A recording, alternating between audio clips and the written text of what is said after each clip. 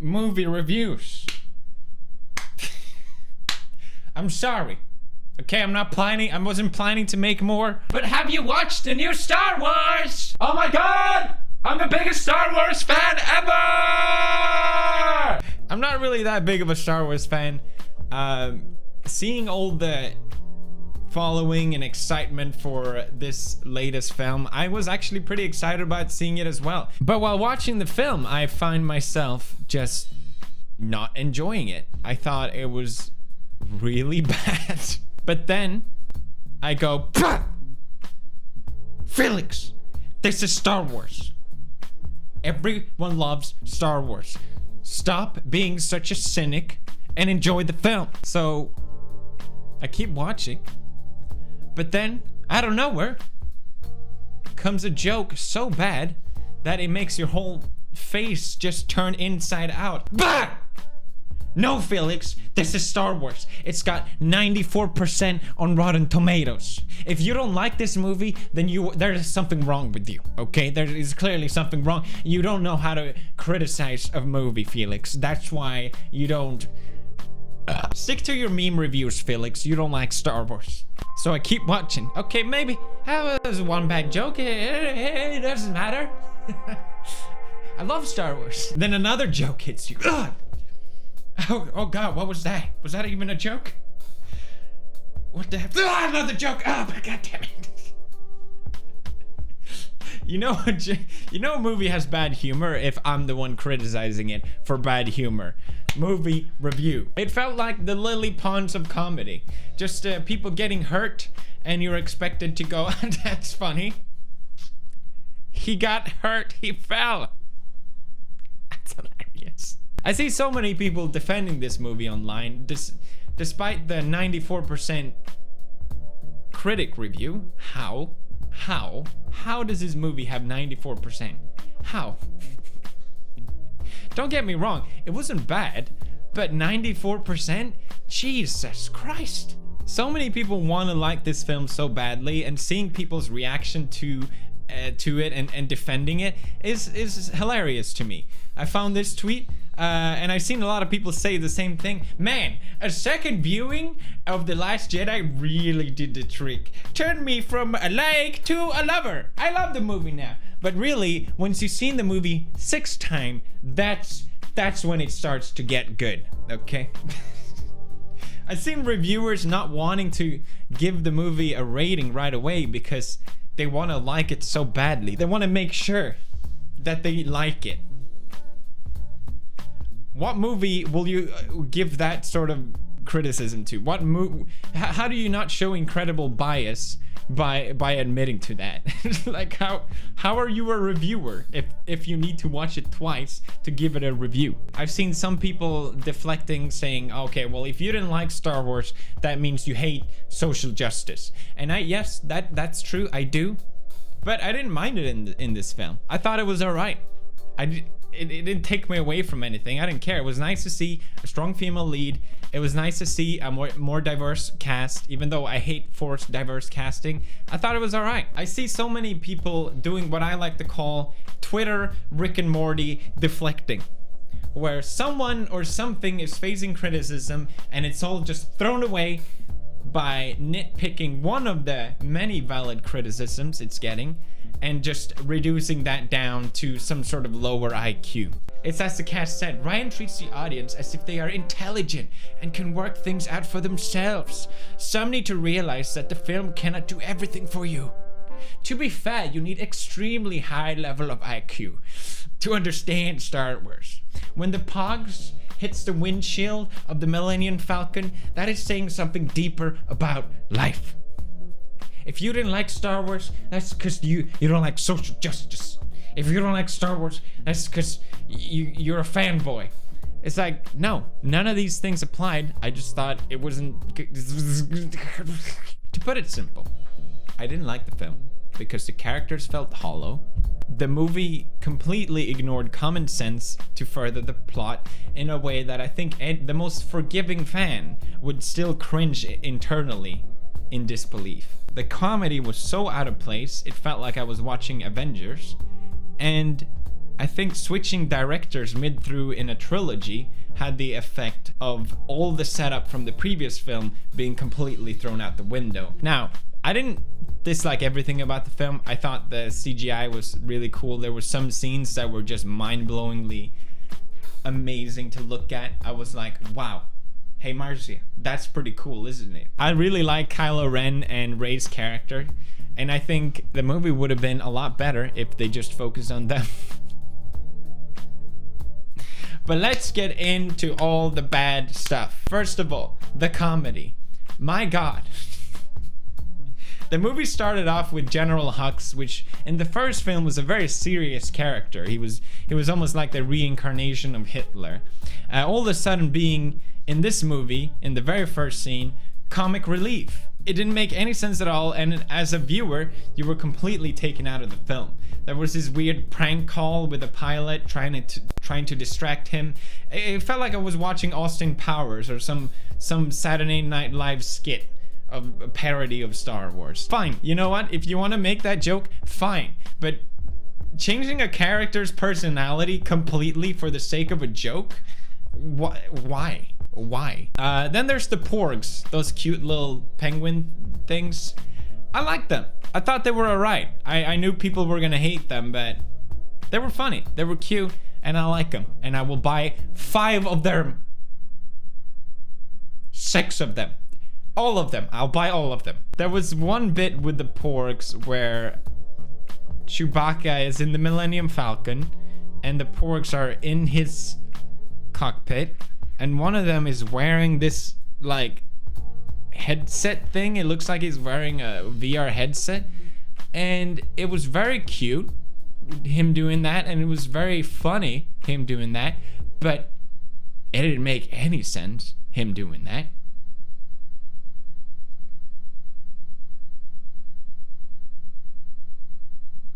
I realize I'm probably nitpicking here. My point is, I don't mind the jokes. I hated how they went out of their way to make the joke. By having the Porg wearing this VR thing, you're taken out of the universe because it feels like a cartoon kind of joke.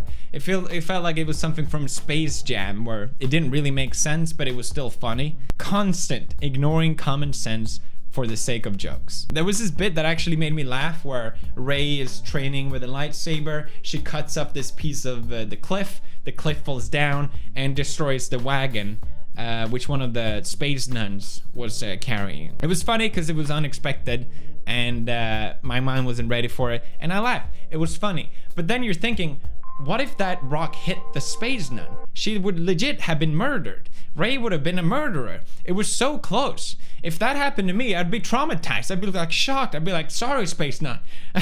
And I can't believe I did this. But it was more important that we had this little joke. That the lily punch, oh!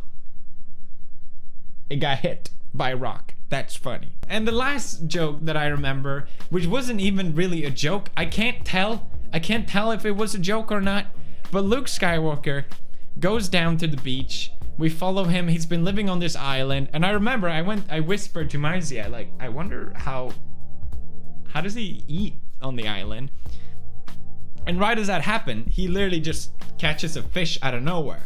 It was badass. It was cool. It was awesome. And I was like, oh, okay, that's how. You know, I got that internal question answered, and that was nice. But then Luke goes down to the beach, and I saw something truly horrible. There's this space walrus sitting down like this, and he grabs a pacifier and he milks the space walrus. And then he takes a huge chug of the space walrus milk going down his face, and then he goes,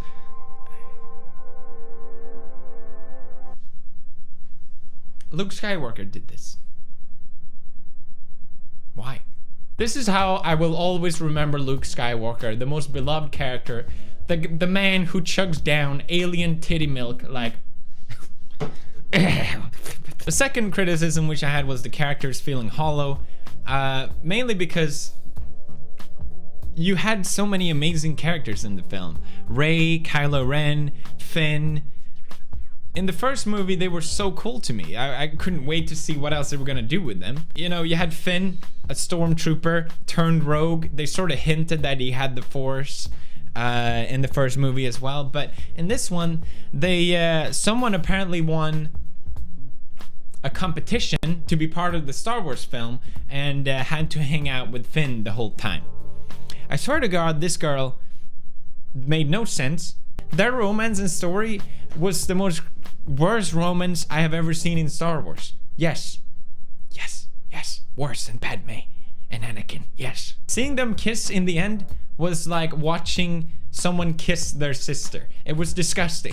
So basically, Finn and Rose go to this planet to help the other people, and they don't help the other people, and it's really just 30 minutes of them criticizing capitalism and how bad it is. Yes, that's right, Disney criticizing capitalism. Oh my God, what was the point of the casino planet?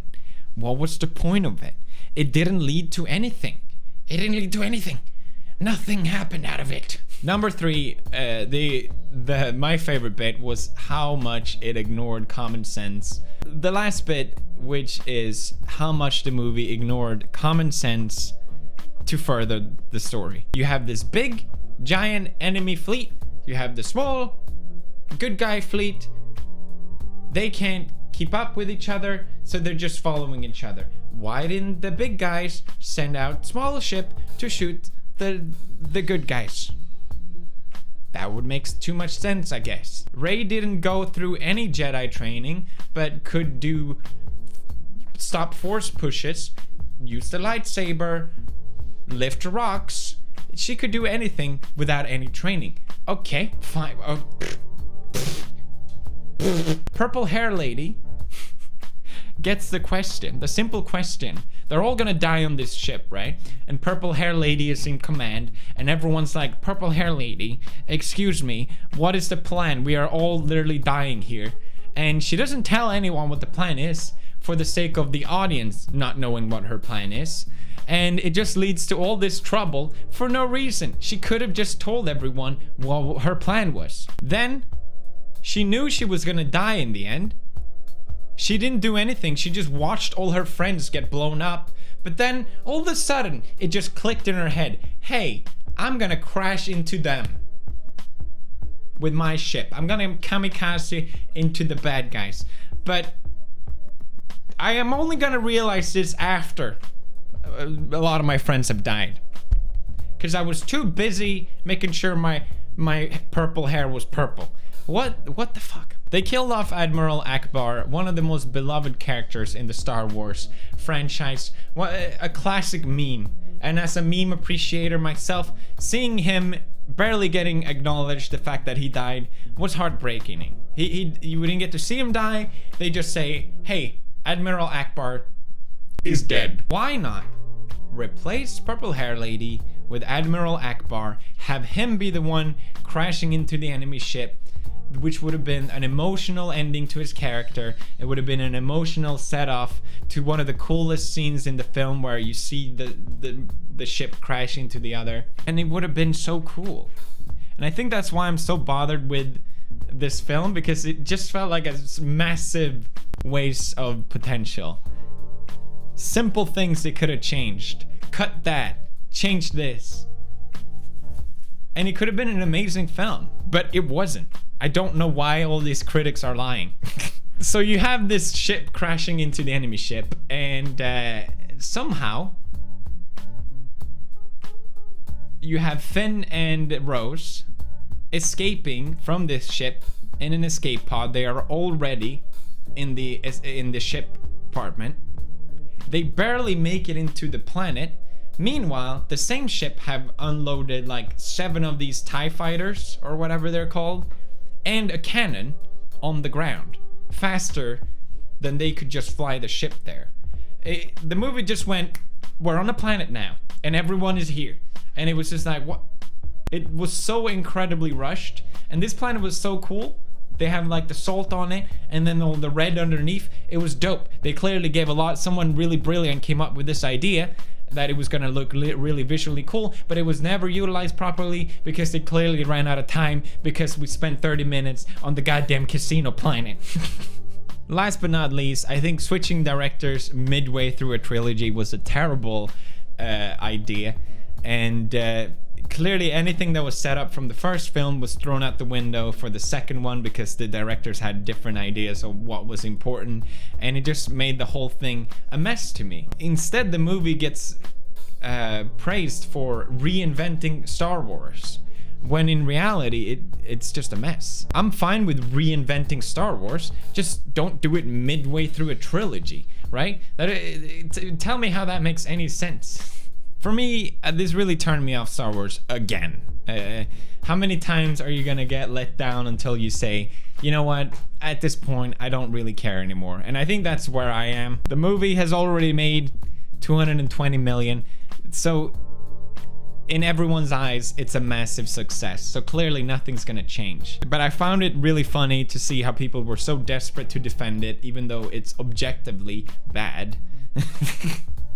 It's just a matter of wanting to not look at all these bad things and just focusing on all the good ones. And if you did that, and if you managed to get enjoyment out of that, then fair play to you. I don't want people to not like it, but for me, it was impossible to watch this film when all this shit was happening in the background and just be like, yeah, that was really good. I've seen it 6 times now, and it actually got really nice. I always tend to be more critical when I want things to be better and when I know things could have been better. And I definitely think that was the case for The Last Jedi. I wouldn't consider myself a fan of Star Wars before this film, and I'm 100% off the train after this film. I'm gonna give it 3.5 out of 10. Thanks for leaving a like. I imagine this will get a lot of dislikes, so I appreciate it. Let's get this to trending. Squad fam out. You were the chosen one!